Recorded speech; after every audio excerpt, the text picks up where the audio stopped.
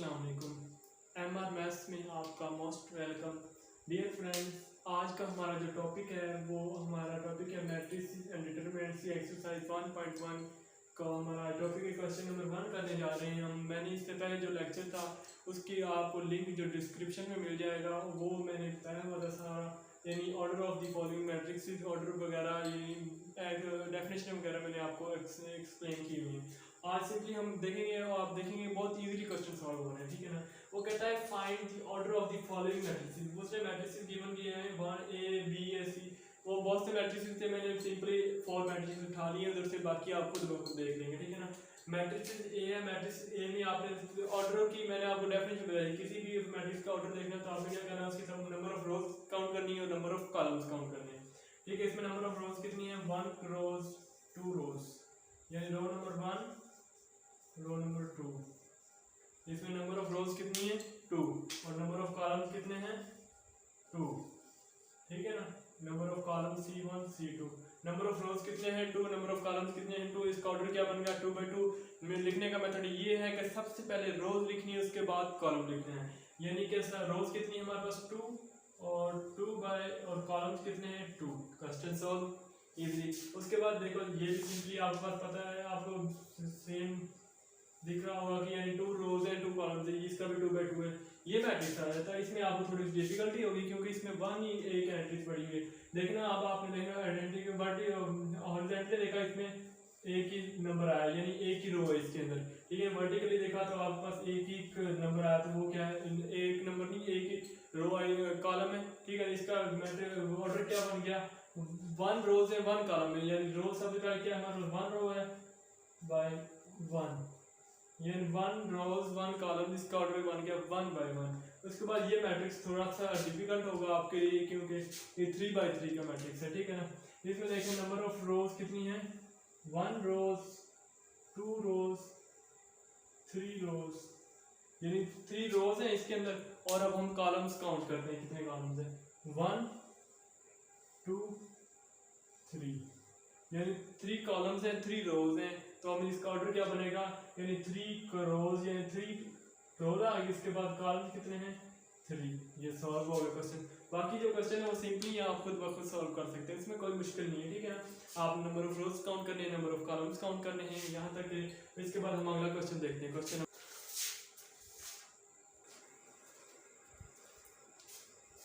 उसके बाद आ जाता है हमारे पास क्वेश्चन नंबर 2 एक्सरसाइज का, जिसमें उसने पूछा है which of the following matrices are equal.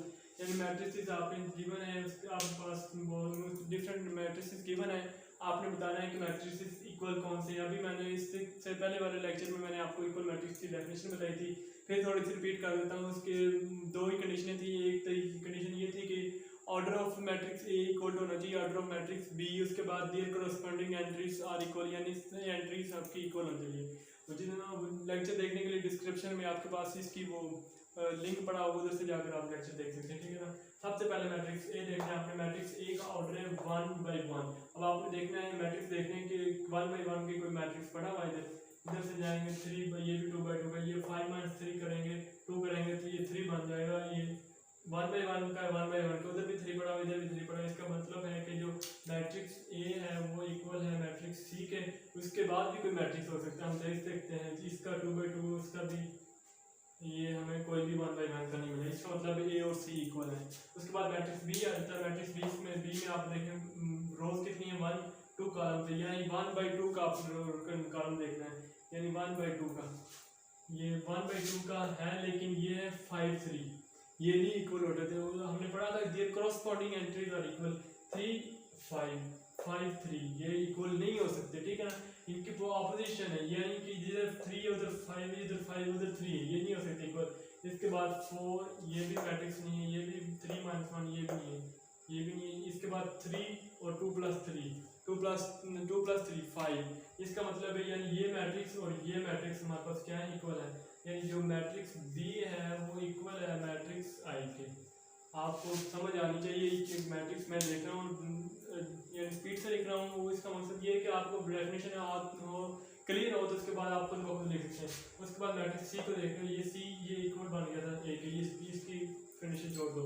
उसके बाद डी आएगा, उसके में 5 और 3 5 और 3 इसमें देखें, ये भी नहीं हो सकता, ये भी नहीं हो सकता, ये भी नहीं हो सकता, ये भी नहीं हो सकता। इसमें से कोई भी मैट्रिक्स से यानी 5 3 का नहीं बन रहा हमारे पास, ठीक है ना। ये डी किसी की इक्वल नहीं है।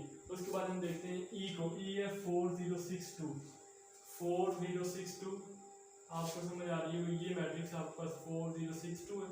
इसका मतलब क्या बन गया, ई इक्वल है आपके पास एच के, और इसके बाद कोई और भी मैट्रिक्स हो सकता है। हम देखते हैं 2 + 2 4, 2 - 2 0 6 2, यानी कि ये भी मैट्रिक्स इसके इक्वल है, यानी कि इसका मतलब है जे भी इसके इक्वल है, ठीक है। उसके बाद ई, उसके बाद एफ आ गया। एफ में हम देखते हैं कि क्या बनता है, ये है 2 और 6, यानी 3 - 1 करेंगे 2, 3 + 3 6, यानी कि जो एफ मैट्रिक्स है वो इक्वल किसके आ गया, जी के, ठीक है ना। उसके बाद एच को हमने देख लिया, पहले कंसिडर कर लिया, आई भी पहले यूज हो गया, जे भी यूज हो गया। हमने ये कंडीशन देख ली कि सारी ये मैट्रिक्स इक्वल है। इसके बाद वो जो डी मैट्रिक्स है वो किसी के इक्वल नहीं है, ये मैट्रिक्स है जो हमारे पास इक्वल है। और इसके बाद हम क्वेश्चन नंबर 3 देखते हैं इसी एक्सरसाइज का, ठीक है। वो भी बहुत इजी क्वेश्चन है और इम्पोर्टेंट भी है हमारे लिए, ठीक है ना, क्योंकि paper of point of view से इम्पोर्टेंट है, ठीक है। अभी एक स्क्रीन के अंदर आप देखते हैं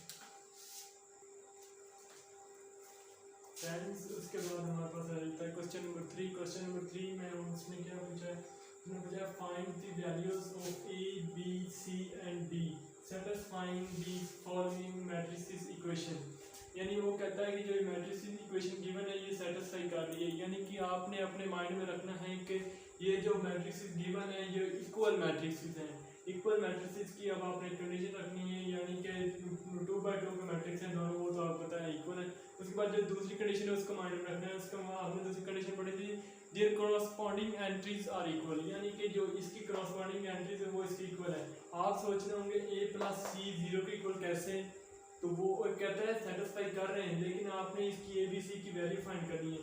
तो हमने क्या करना है, सिंपल ये करना है, a यानी प्लस c जो होगी ये टर्म इसके इक्वल है 0 के, हमने इस पे 0 के इक्वल रख दिया, ठीक है ना। ये हमारे पास एक इक्वेशन बन गई।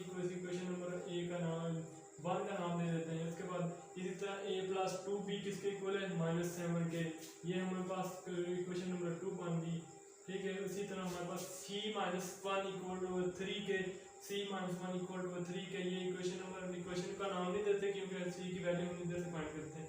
ये जब आपने माइंड रखना है कोई भी टर्म लेफ्ट साइड से राइट साइड से एक दूसरी साइड चेंज करे तो वो अपना साइन चेंज कर सकती है, ठीक है ना। तो ये c - 1 है, माइनस दूसरी साइड पे जाकर बन गया पॉजिटिव, ये बन गया आपके पास 4 पॉजिटिव का, ठीक है ना। आपके पास आंसर है। अब इधर आपके पास 4c का आंसर है, इधर c की वैल्यू आपने 4 पुट करनी है, वो बाई चांस मुझसे गलती हो गई थी।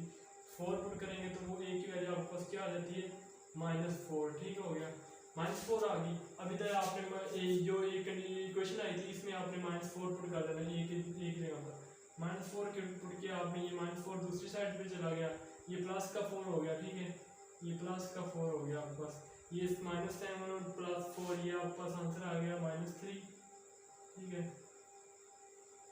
ये आप पता है कि कोई भी टर्म एक साइड मल्टीप्लाई हो तो दूसरी साइड पे जाकर वो डिवाइड हो जाती है, तो ये -3/2 आंसर आ गया इसका, -3/2 आंसर। इसी तरह आपके पास था 4d - 6 इक्वल टू क्या था, 2d की, ये टर्म इसके इक्वल थी, ठीक है ना। 4d - 6 इक्वल टू था 2d के, 2d को हम दूसरी साइड पे ले जाए तो वो माइनस का हो गया, -4d - 2d करेंगे तो 2d आंसर आया, 6 इधर बैठ गया। और हमें पता है ये टर्म इधर मल्टीप्लाई हो रही तो दूसरी साइड पे जाकर डिवाइड हो जाएगी, तो ये d 2 दूसरी साइड पे जाएगा डिवाइड होगा, 3 आंसर आएगा। ये हमारे पास पूरी यानी a b c और d की वैल्यू आ गई। ये बहुत ही इंपॉर्टेंट क्वेश्चन होते हैं, यानी कि इस तरह के क्वेश्चन पूछे जाते हैं, इधर से आपको a b c d की वैल्यू पूछी गई है, लेकिन एक शॉर्ट क्वेश्चन जो आपको पेपर में आएगा वो उसमें a या b की 2 वेरिएबल होंगे उसकी वैल्यू पूछी जाएगी, और इसी तरह आपने सिंपली सॉल्व करना है, ठीक है ना। इसमें कोई मुश्किल नहीं है, आपके पास जो ये एक्सरसाइज हमारी कंप्लीट होगी और इसी तरह हम नेक्स्ट एक्सरसाइज चलेंगे। सबसे पहले हम डेफिनेशन देखा करेंगे, उसके बाद हम क्वेश्चन क्या करेंगे। देखिए आपने डेफिनेशन पढ़ी थी पहले, उसके बाद क्वेश्चन पढ़े, कितना इजी आपको मेथड लग रहा है। इसी तरह नहीं कि डायरेक्ट आप एक्सरसाइज पर आकर स्टार्ट कर दें कि ये क्या चीज़ है, ठीक है ना। इसीलिए हमने एक्सरसाइज के पहले वो डेफिनेशन पढ़ी, उसके बाद एक्सरसाइज की, इसी तरह हम आगे भी डेफिनेशन पढ़ेंगे, फिर उसके बाद एग्जाम्पल्स करते हैं, इसके बाद फिर हम एक्सरसाइज करेंगे। तब तक के लिए मेरा आपके लिए आपसे ये रिक्वेस्ट है कि हमारे चैनल को सब्सक्राइब करें और विद शेयर विद फ्रेंड्स। और तब तक के लिए अल्लाह हाफिज़। M R maths